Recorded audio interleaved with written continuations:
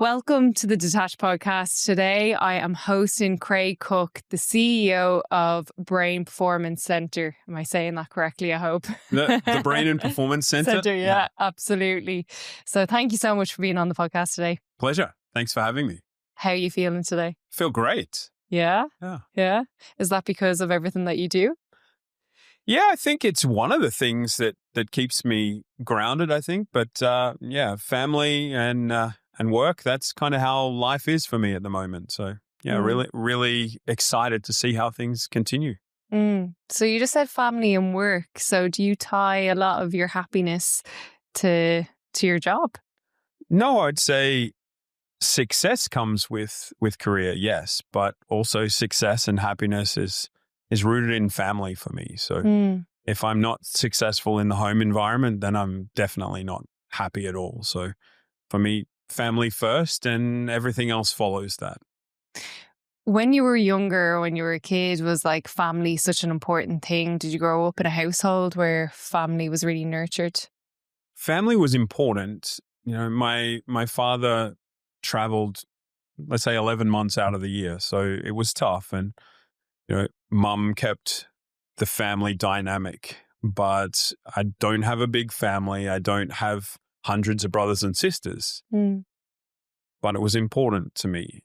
And then as my father grew older and he got sick, family became even more important. And then I started to build my own family, and I could draw the parallels between what was important to me, what I did have in the past, what I didn't have in the past, and be able to become a version of myself that I thought, this is what I want for my family, for my kids, for my wife, and to be able to put 1 + 1 + 1 together and have that engaging environment that was important in life.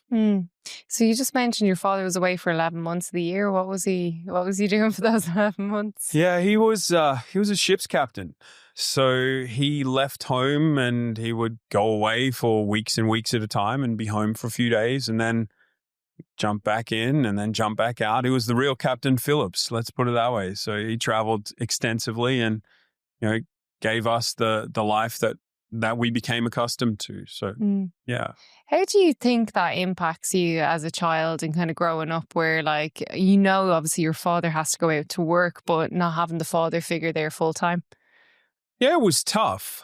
Let's be honest. Dad was someone to be admired and revered and followed. And, he grew up or helped to bring us up in a way in which we wanted to emulate the work ethic that he had and the passion for life. And his passion for the family was not necessarily about the time.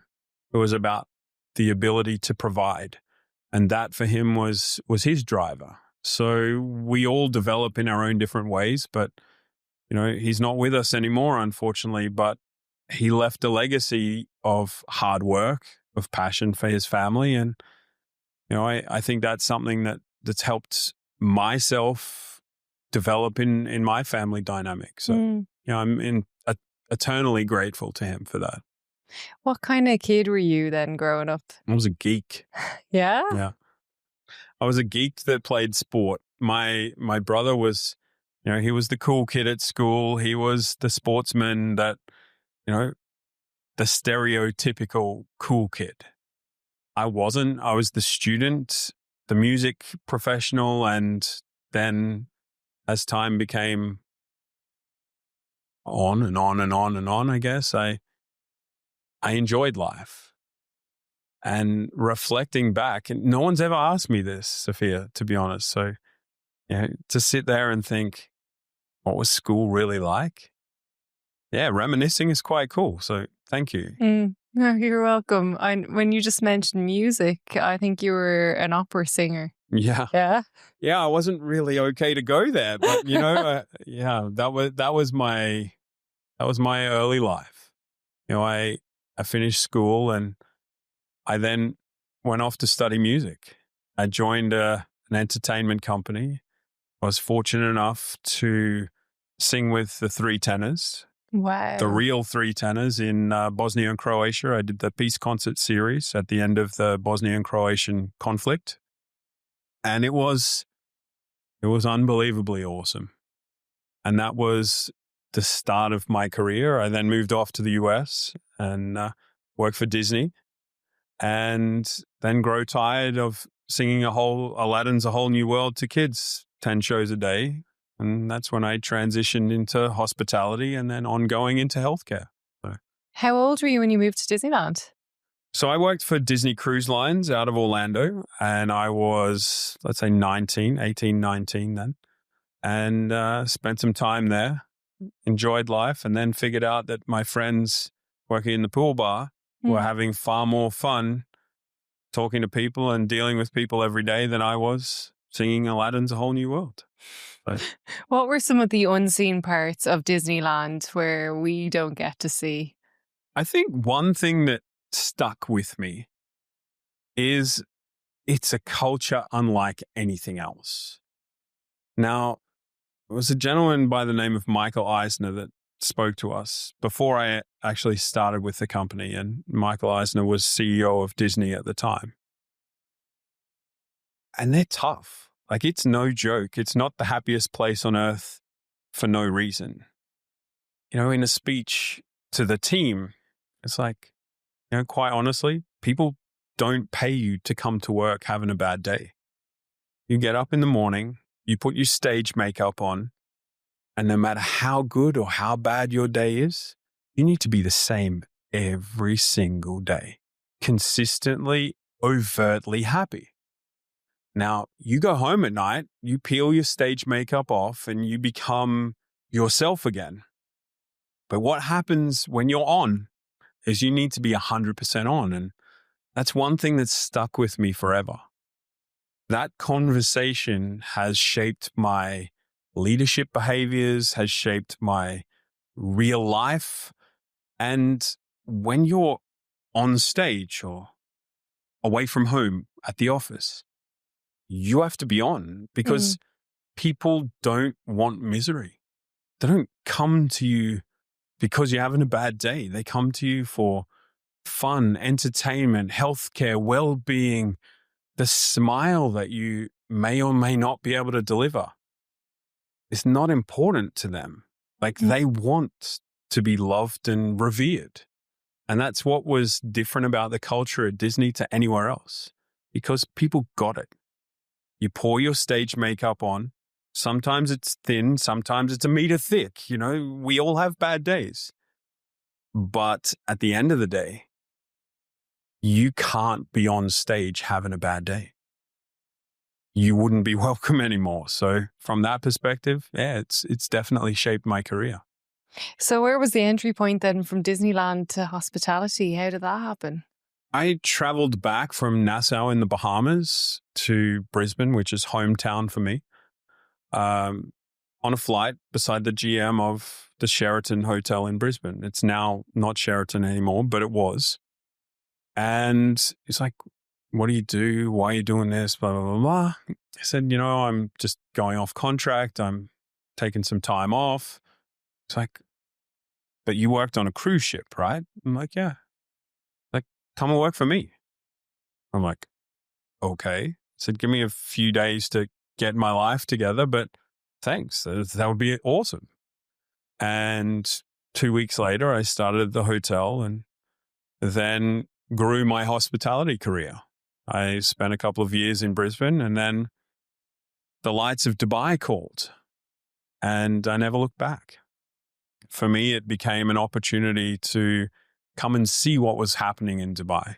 I didn't come initially to move here. You know, the typical story of, oh, let's come and check it out. Then I'll go home, pack up my stuff and move for a couple of years. That was 30 years ago. That's a long time. And when you sit back and think, what was really here? Everyone knew everyone. There was no buildings between Dira, where I worked at the time, and the Trade Center, which was the first landmark. And then between the Trade Center and Abu Dhabi, there was one building. And that was the Hard Rock Cafe, which is where the marina is now.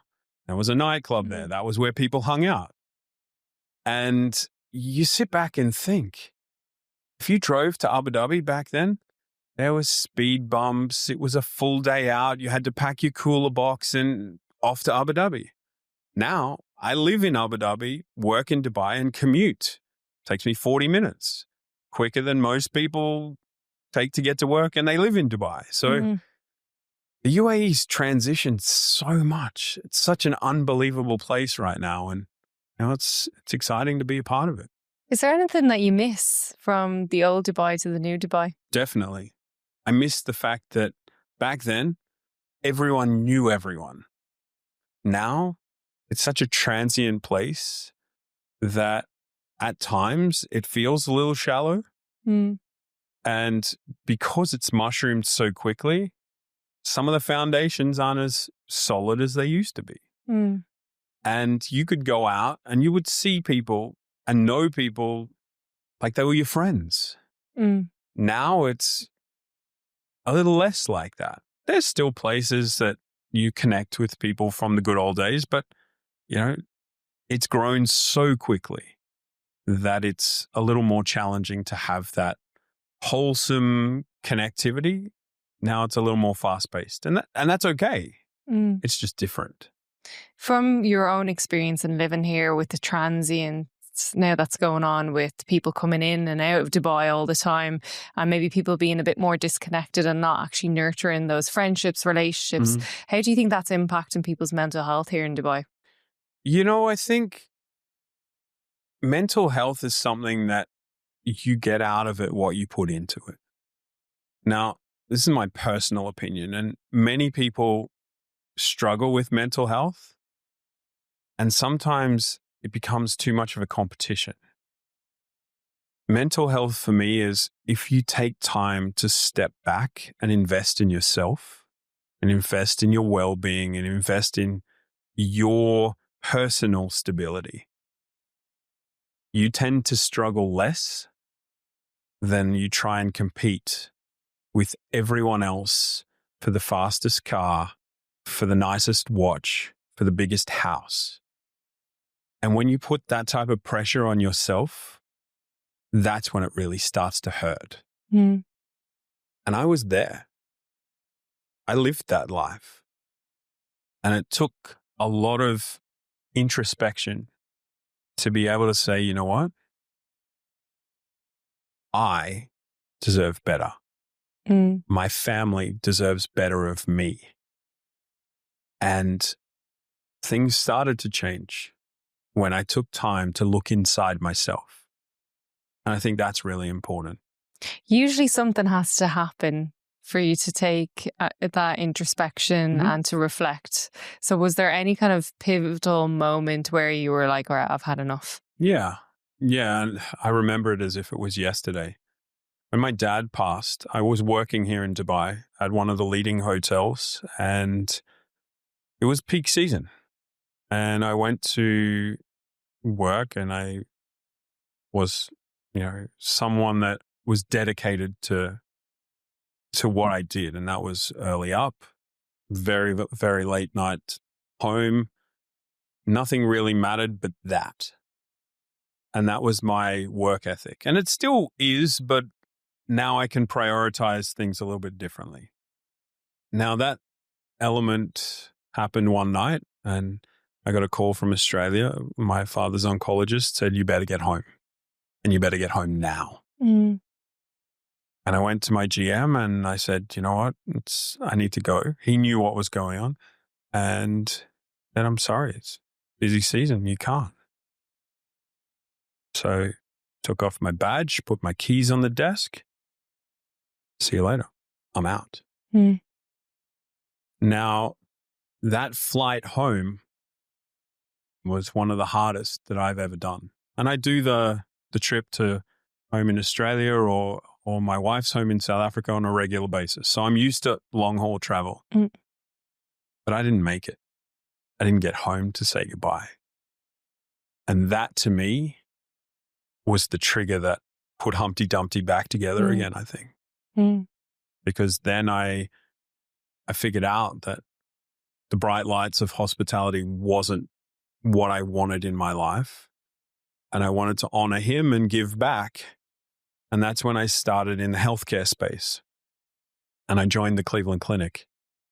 And it was something that at the time, I didn't really know what to expect. But to be able to bring elements of my past in hospitality and entertainment into the healthcare space and turn a typical transactional experience in healthcare into an opportunity to surprise and delight and to bring enjoyment into a non-enjoying experience, I took as a challenge to honor him. And that was when I really started to change who I was. That's incredible. So when you went to Cleveland, what kind of position did you take and role did you take there? So my role there was the executive director of hospitality and hospital operations. So worked in a non-clinical space, and I oversaw all of the non-clinical facilities at Cleveland Clinic Abu Dhabi. And that was my entry into healthcare. I spent a good 5 years there. And then I was offered a position to oversee the international operations of Cleveland Clinic.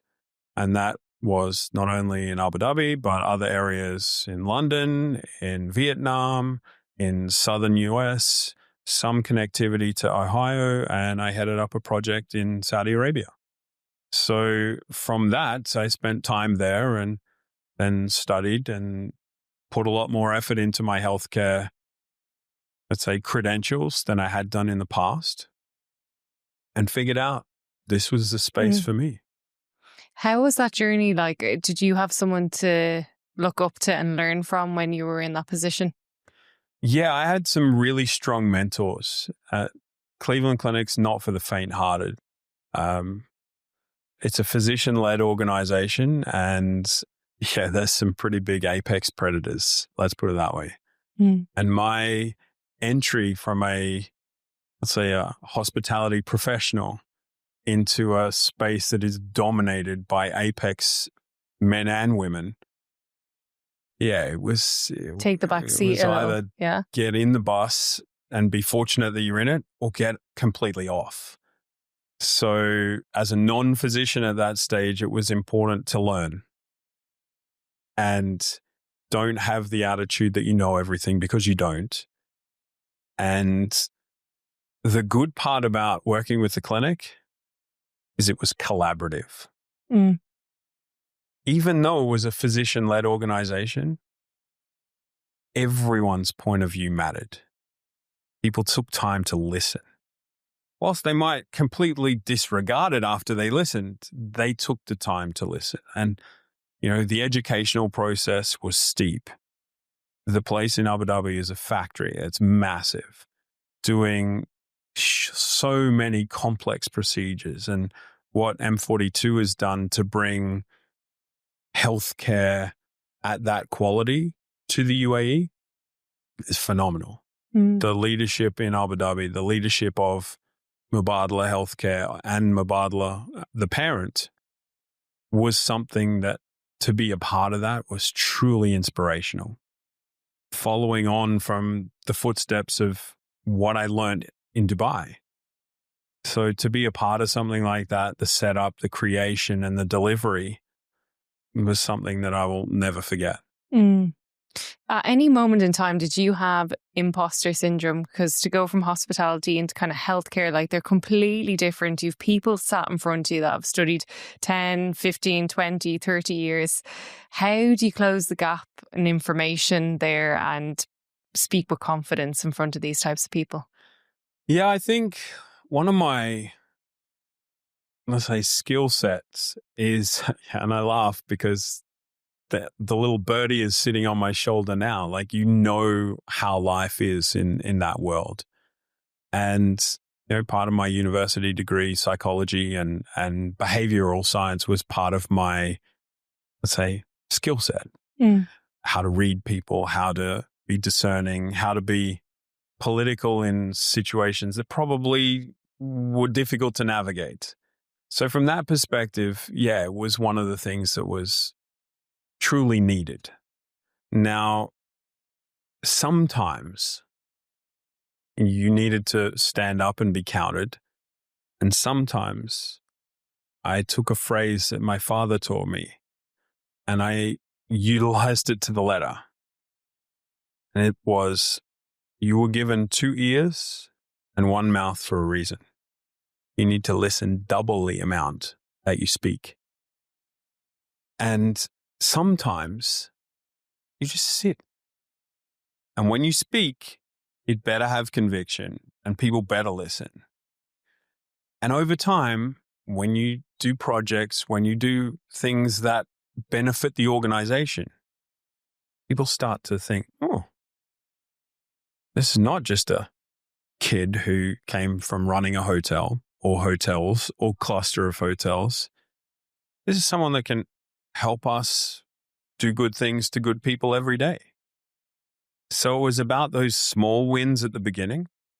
And once I was able to chalk up those small wins, then I could get my teeth into other things and show what else I could deliver.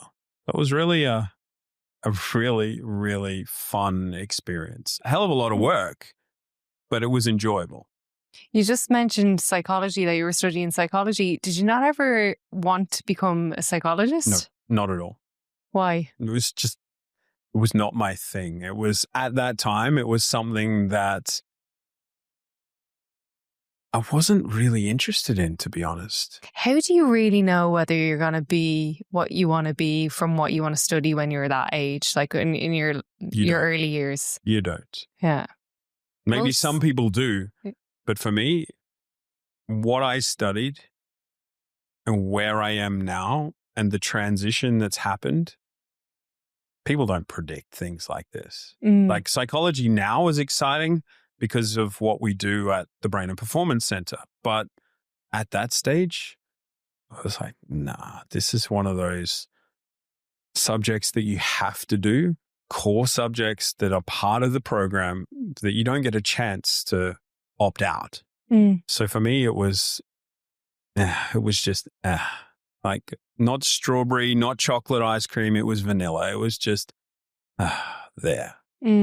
How important is it to run with your passion then? When something feels vanilla, should you kind of drop all your bags and run and go to the next thing and drive with passion?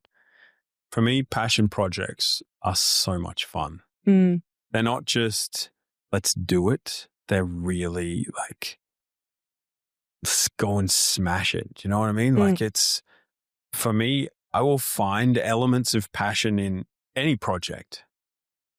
But some things off the bat, like especially advocacy projects, are things that are not only necessary, but enjoyable. And that's something that I'm excited by. So I want to get back into like moving to Dubai. When you moved to Dubai, did you move solely on your own? I moved on my own, yes. And I think it was somewhat of a risk. I had friends here and I thought, oh, let me follow them. Let's see what happens. And very quickly, they went off and did their thing. And I went off and did mine. And when you move from Australia in a very insular environment to a more global city like this, things are different. You figure out who you are. You figure out, you know what? I came with this. I came to do this, but this is me now. Let me learn from myself. And I think it took me time to kind of get my feet on the ground because life was different. It was very different working in a hotel here than working in a hotel in Australia. Clientele were different. The ability to do things here that I couldn't do back home was there. So it was an exciting time, but yeah, for me, I came with one vision, and as is typical in the UAE, very quickly that vision turns into something else and something else and something else. So yeah, it was not initially what I intended. How do you think it's important to move away from your home country to really embody who you are and figure who you are as a person, away from your natural habitat, away from the responsibilities of others' opinions? Like, do you think you could have really embodied who you are today being in Dubai at home? No chance. And why is that? People at home still till today think that they can sprinkle the seeds and get involved and do things like this, but I'm a big kid now. I have my own responsibilities. I have my own wife. I have my own kids. And I laugh because my mother is 78 years old, but she still thinks that she has a complete say in everything that I do. And that ship sailed a long time ago. I have a lot of respect for her. I have a lot of time for her, and I will do anything for her. But when I go home, when my wife and kids go home to Australia, things are so different. People are in bed by 7 o'clock. Now, at 7 o'clock, I haven't even left the office. Like, here is so very different. And whilst I struggle now to connect to that life, they struggle to understand the life that we live here. And I think it's taken me time to understand that neither way is wrong. Neither way is right. It's just different. And I think that to be able to be in this environment helped me figure out who I am. But being there, I would have probably still figured it out, but I may have been a little different. And that's okay. So I want to move on to the Brain Performance Center. What exactly do you guys do? Because I know you have lots of interesting assessments that you host inside the center. Yeah, it's a phenomenal place. Like I owe so much to the center, to the visionary leadership, to the way in which this technology came to the UAE. Now, you say this technology, tell the listener what technology, because I'm fascinated by the brain and what we can essentially do or assess. So, yeah, I think for us, we work in a number of verticals. Now, for us, we have a healthspan or longevity space. We have an indication treatment based.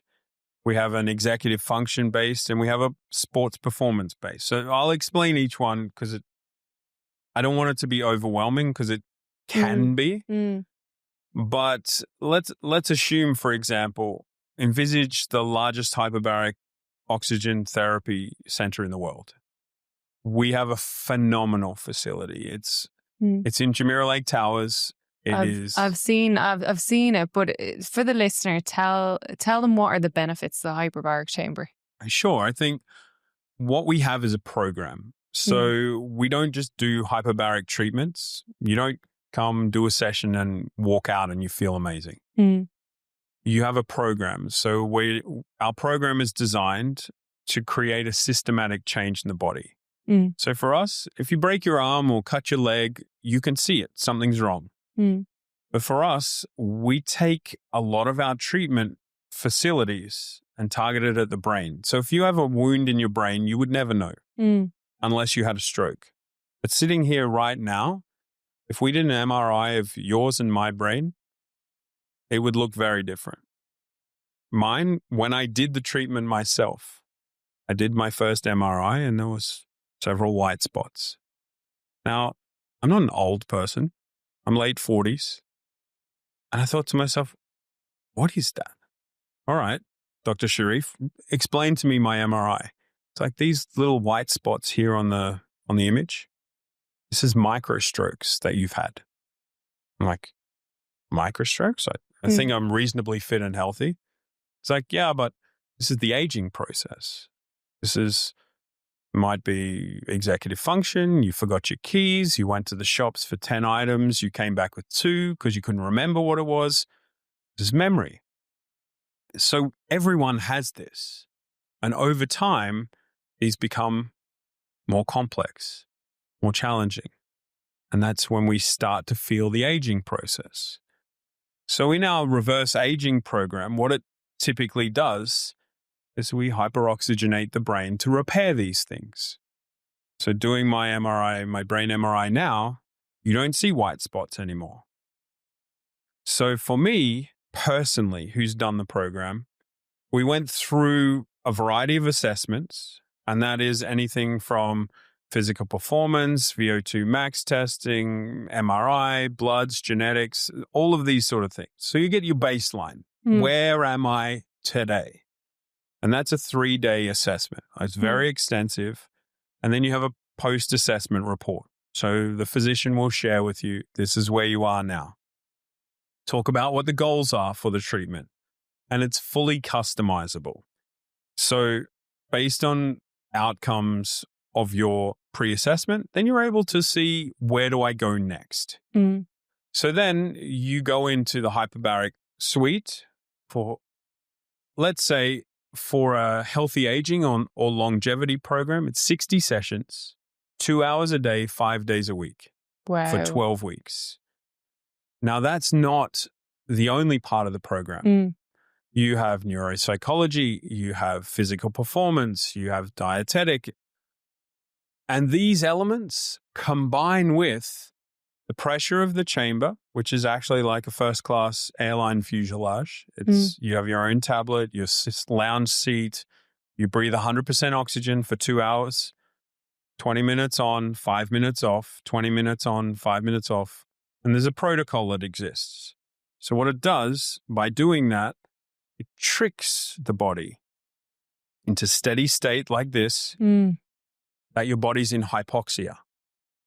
So by over-oxygenating your body, it then learns after a certain amount of sessions that hyperoxygenation is steady state. And now, at normal pressure and normal oxygen, your body's in hypoxia. You don't feel anything different other than the fact that your body replicates stem cells and new blood vessels the same as when you were a baby. So what's the longevity in this program? As in, if I was to do this for 2 hours per day, right, for 5 days, and I stop the process, when do I go back to my old self? What research shows, and I want to be clear that this is clinical and scientific research. We're not a wellness center. We're not a spa. We're a highly regulated medical facility. And what our research shows us is that once you do the program in a healthy aging environment, not for indication treatment that we spoke about earlier, that the lasting effects can be for up to 2 years. And it can even be longer. But the minimum window is 2 years. Then people come back for a top-up, for a boost. That may be even shorter. And it's customizable, as I said. Maybe it's an additional 10 sessions, 20 sessions to give you that boost. So from that perspective, everyone is different. Some people that are a lot older than us, and we have a client that's over 100 years old right now, does things a little differently. You and me would also do it a little differently. So from that perspective, the baseline of the program is very similar, but there are elements that are highly customizable. Like we have a professional athlete with us at the moment. There's not looking to extend his health span. He wants milliseconds of reaction time, or he wants to be able to have his executive function grow by this. And his program is customizable based on a 40-session program for a professional athlete. We have children with us with cerebral palsy or autism spectrum disorder or a traumatic brain injury, or who have recovered from a stroke, that have an initial 60 session plus a small break and then a top up of 30, 40, 50 session later. Some see benefits very quickly. Do you have any case studies where it's been like seriously measurable with the outcome in terms of children that you've dealt with autism? Now, let me say, from a professional capacity, we have every person that enters the clinic is a case study. We do a pre-treatment assessment. We do assessments and monitoring during the program. And then at the end of the program, we do a post-treatment assessment.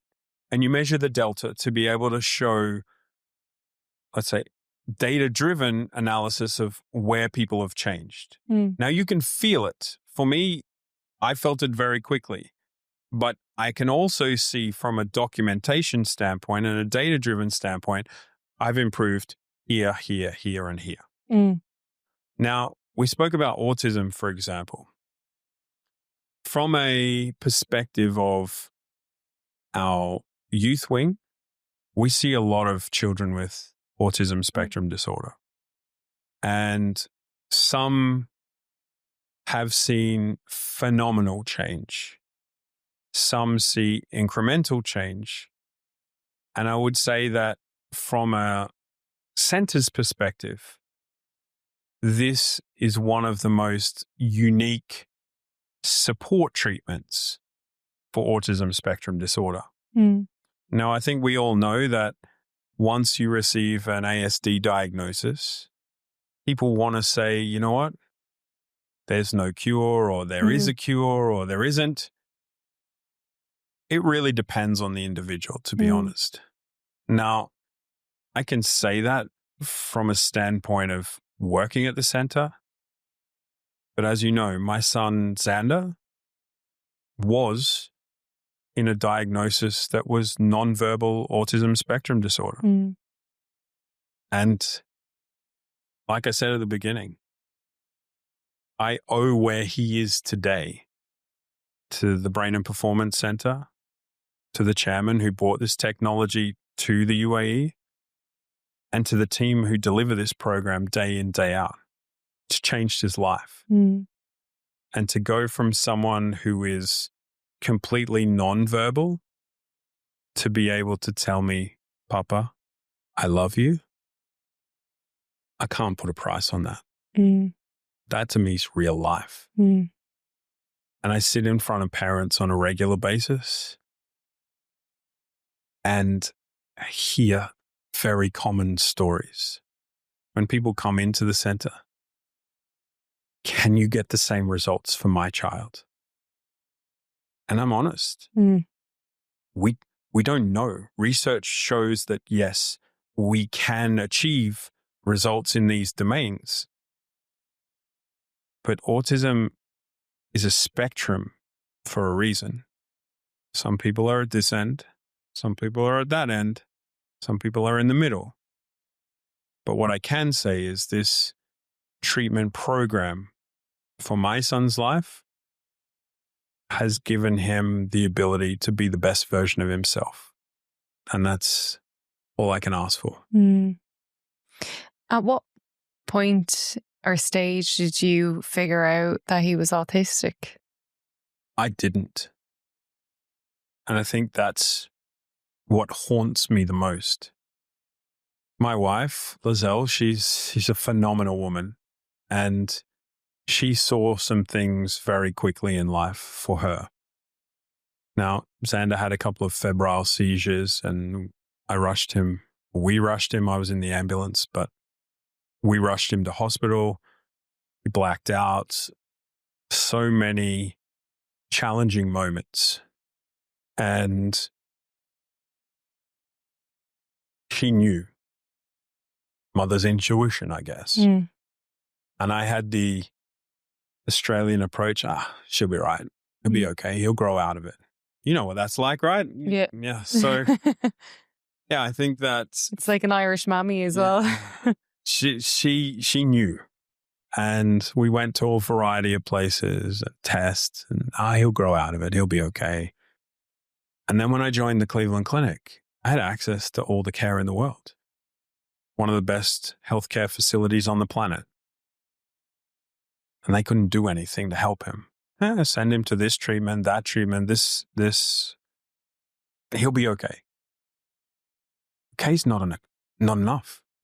I don't want him to be okay. I want him to be the best version of himself. Now that may be like this, it may be like that, it may be whatever. But to give him the opportunity to show the world what he can do is what I wanted.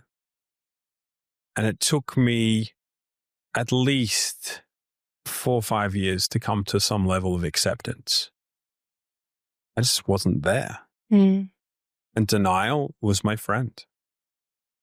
That was my reality. And it created so much tension in my world that it was not fair for my family. Mm.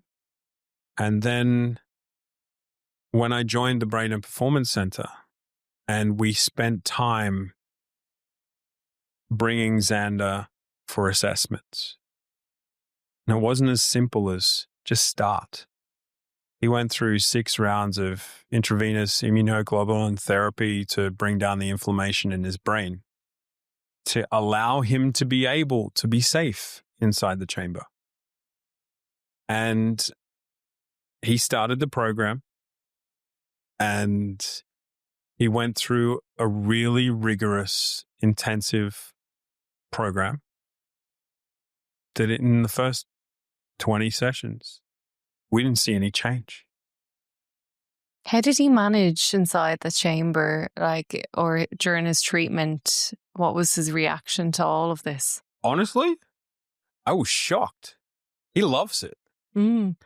And I'll give credit to the youth team at the center. They are a specialist youth nursing, OT, neuropsychology, physician-led center that know how to get the best out of the children. And they said, take the mask home and, play with it, make it a toy. So every night before bed, we'd put it on. He'd put on his, I'd put on mine, and it would be our thing. Mm. So when it came time for him to go inside the chamber, it was fun. It was okay. And the kids aren't alone. There's always a nurse inside, and they have a chaperone that can go in with them. So if they need some parental or nanny or whatever support, there's space for that to be available. You have your own iPad where you do your brain training exercises, or you have a break with game or YouTube or something else. And he was fantastic. But he went through the first 23 sessions actually, and we saw nothing. My wife and I are looking at each other. What's going on? Something's got to happen. When? Spoke to the professor, stay the course. What you need to wait for is for this to create the systematic change in his body. Session 23. I remember it as if it was yesterday. Tucked him in. I co-sleep with Xander. Tuck him in every night. Papa loves you. And he looks up. Love you. Still gives me chills. And that was the start of the systematic change in his body. From completely nonverbal, no words, nothing, to now saying things, counting, saying the alphabet phonetically, making other vocalization, and communicating with purpose. Now for Xander, he works with an AAC device, which is a tablet that he communicates with. I want to start by saying he's not 100% neurotypical, and he's not a magic pill that he was non-verbal autistic, and now he's not. That's not what I'm saying. But he now communicates. He can say words. He can sit in a classroom. He can communicate with his iPad. And he has a quasi-normal life. Before, he was not in that space. And I'm so proud of him for working so hard.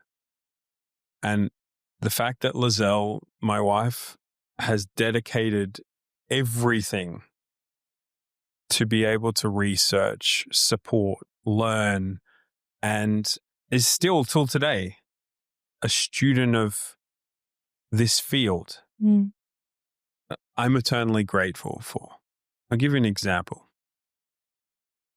She has a full day yesterday, goes home, all good, gets on a call at midnight with a support group from the US till 3 a.m.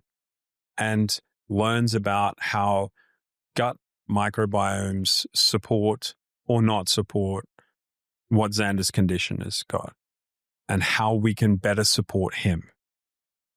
Like, who does that? Like, I don't have enough words to be grateful for the things that she does for our family every day. And we have 2 other girls, and they're blessings as well. But I can say that with Xander's initial diagnosis, it's taken a lot to be able to get our heads around it. Let's put it that way. So you mentioned you were in denial for quite some time. Did that drive a wedge in between you and your wife at the time? Because that must have been quite difficult. Yeah, I would say that I'm sure that she was tremendously frustrated with me. And the blessing that I have is that she's a phenomenal woman. Maybe too understanding at times. But she'll call me out on my nonsense. And, even though I'm not going to like what I hear, she's right.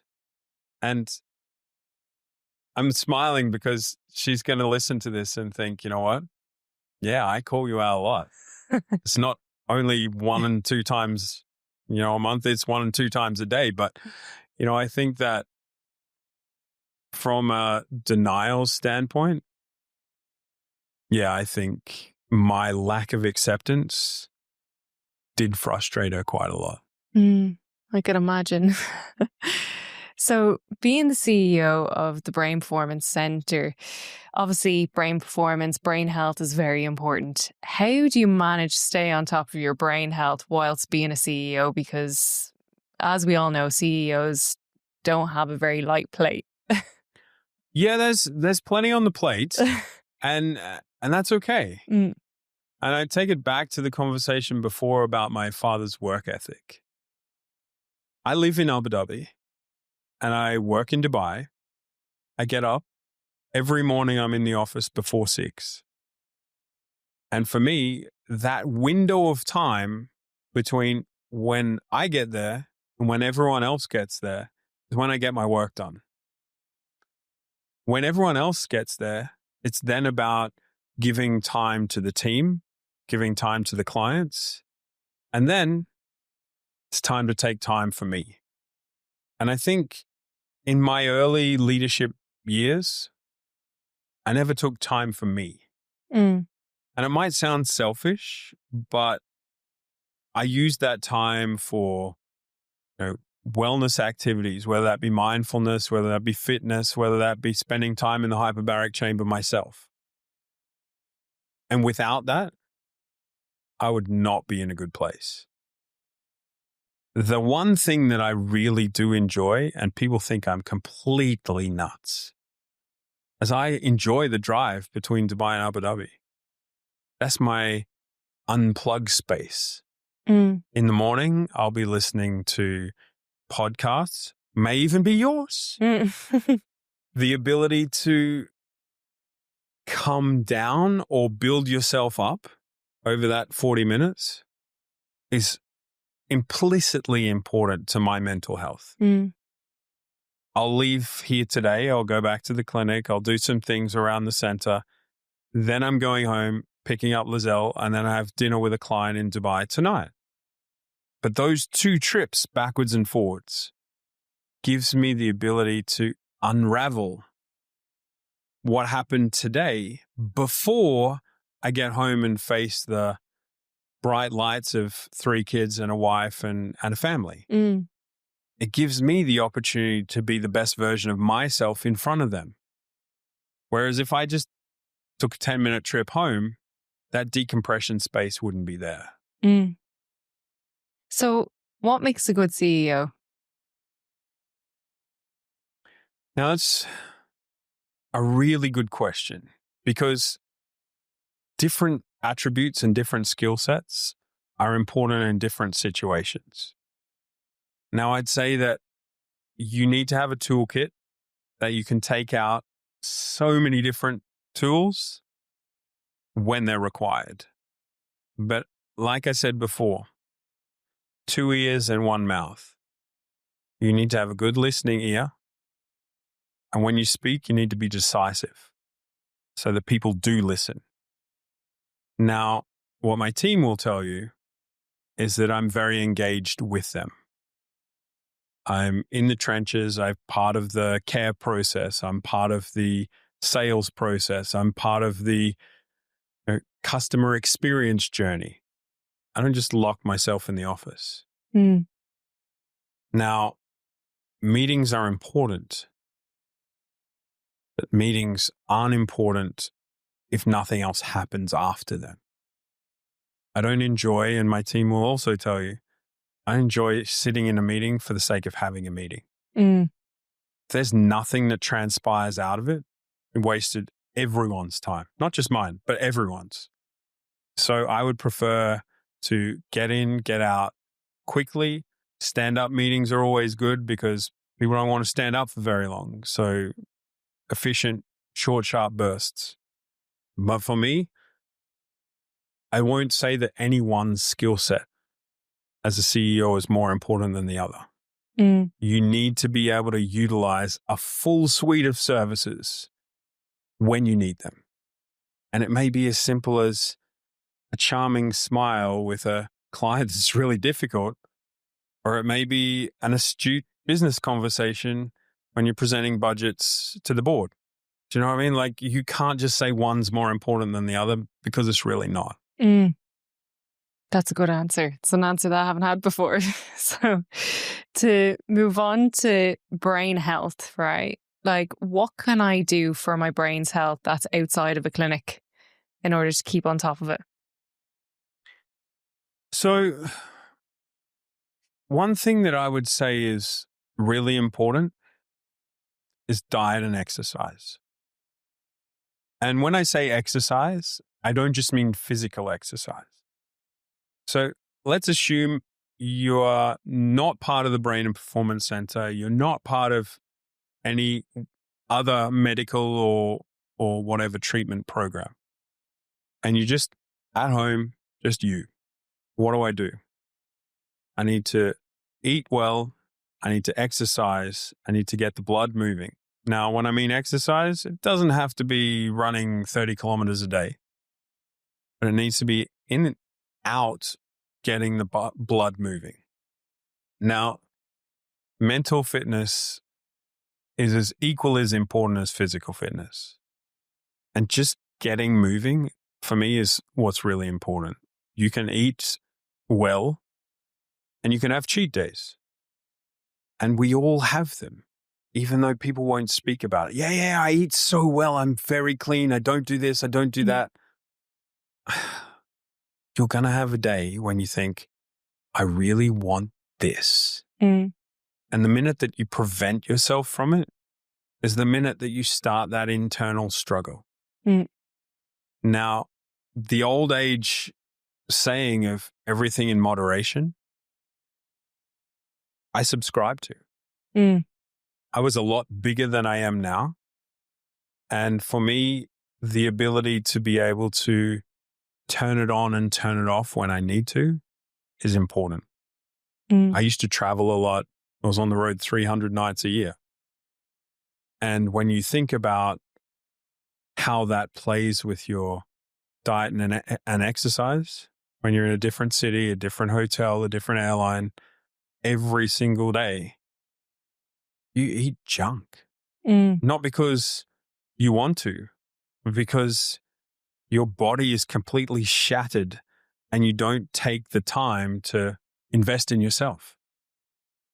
So I think the long answer to your question is what I just said, but the short answer is more take time to invest in yourself. And that can be fitness. It can be eating well. I'm not saying always healthy, but eating well, eating nutritious food, taking time for mindfulness breaks, even Pilates and things of this nature to get your breathing centered, to get yourself centered.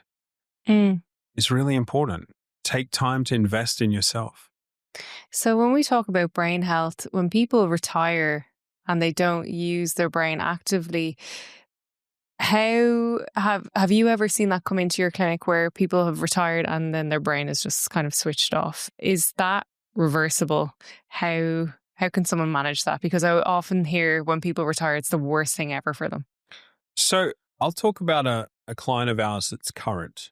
For obvious reasons, I won't share their name, but this gentleman was a peak performer, still currently in Dubai, extremely well known, and someone who has been successful in business, multiple businesses, and retired. 2 years later, he started to feel severe cognitive decline. And he came in and he spoke to myself and the medical director and he said, you know what? I'm not myself anymore.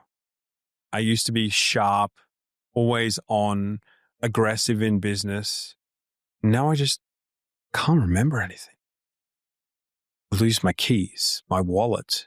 It's in my pocket, but I can't remember where I put it. Something's not right. Now, we did a MRI scan of his brain, and like I spoke about those white spots, there was a lot of white spots. And that was the aging process that's kicked in with him extremely early. He's early 50s. So he's not an old person. And we saw his brain looked like someone who was late 70s. And it was a shock to him and a shock to us to have someone who is so successful, so widely respected, so accomplished be in that condition. So our medical team created a program for him. And it was very different to the usual program that we had. He had multiple MRIs to get check-in marks just to ensure that not only was it a functional scan of his brain, but other testing that was needed to be done.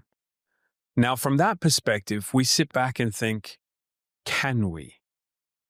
So what was originally discussed was, yes, we will be able to see some improvements in some of these domains.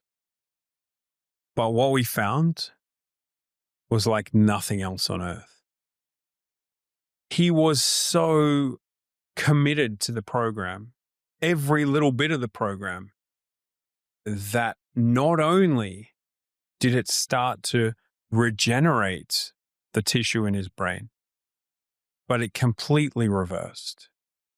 From having a phenomenal percentage, I'm going to say over 60% of his brain was affected by these white spots. Right now, he's finished round 1 of the program and he wants to do it again, not because of what it needs to repair in his brain, but it's what it's made him feel like he can achieve. And where we are now is there's, I think, 3 or 4 small little white spot affected areas. Wow. And for him, data was important, but how he sleeps, how he feels, how he performs, how he functions in daily life has really transformed him, not to being the person he was before, but in his words, a better version of where he was before. So we have a phenomenal amount of testimonials and case studies of people that have changed their life. And I can say from the pre-assessment to the post-assessment, we don't see people that go backwards. There's progression in one domain or another. And for me, when people are improving their quality of life, are improving areas that weren't as good as that when they came in, I can go home and sleep a happy man at night because the team do a phenomenal job in helping people live as best as they can for as long as they can. And we don't ever say, we're going to help you live longer. We have a number. What yours and mine is, I don't know yet, but we don't say at the clinic that we're going to make that number more. It's not what we do. We don't help people live longer. We don't extend their lifespan. But what we do is we help them live as fit, as healthy, and as high quality of life as they can for as long as they can. Amazing. So because this is called a detached podcast, I often ask this question. So what would you detach yourself away from that's limiting you today? That's a great question. I think probably the reason why it's so good is because you didn't brief me you were going to ask it. Because then you don't have an opportunity to curate a response, right? So I think for me, you spoke about imposter syndrome before. Now, there's days when I wake up and I think to myself, how did I end up doing what I do now? Like a kid from the coast in Australia that has now had the ability to work in some of the most phenomenal hospitality organizations, healthcare operations, and gets to get up every morning and go to bed every night with a phenomenal family, with a company that is at the cutting edge of medicine that changes people's lives every day. Like, pinch yourself. Like, that's not normal. How does that even happen? So if I could detach myself from something, I'd love to flick that little guy off the shoulder and say, you know what? It's a hell of a lot of work. And I deserve to be here. I deserve to be able to have impact and influence over people's lives. Because most days, I sit there and think, how did this happen? I love it, but how did it happen? So that'd be probably one of the answers I'd say. Well, it sounds like you've been dreaming with the lid off, because if you have imposter syndrome, some days you're doing the right thing, I think, personally speaking. But I just want to say thank you so much for being on the podcast today. It's been a great pleasure. Thank you so much, Sophia. It's been great being here, and thanks so much. I wish you all the best.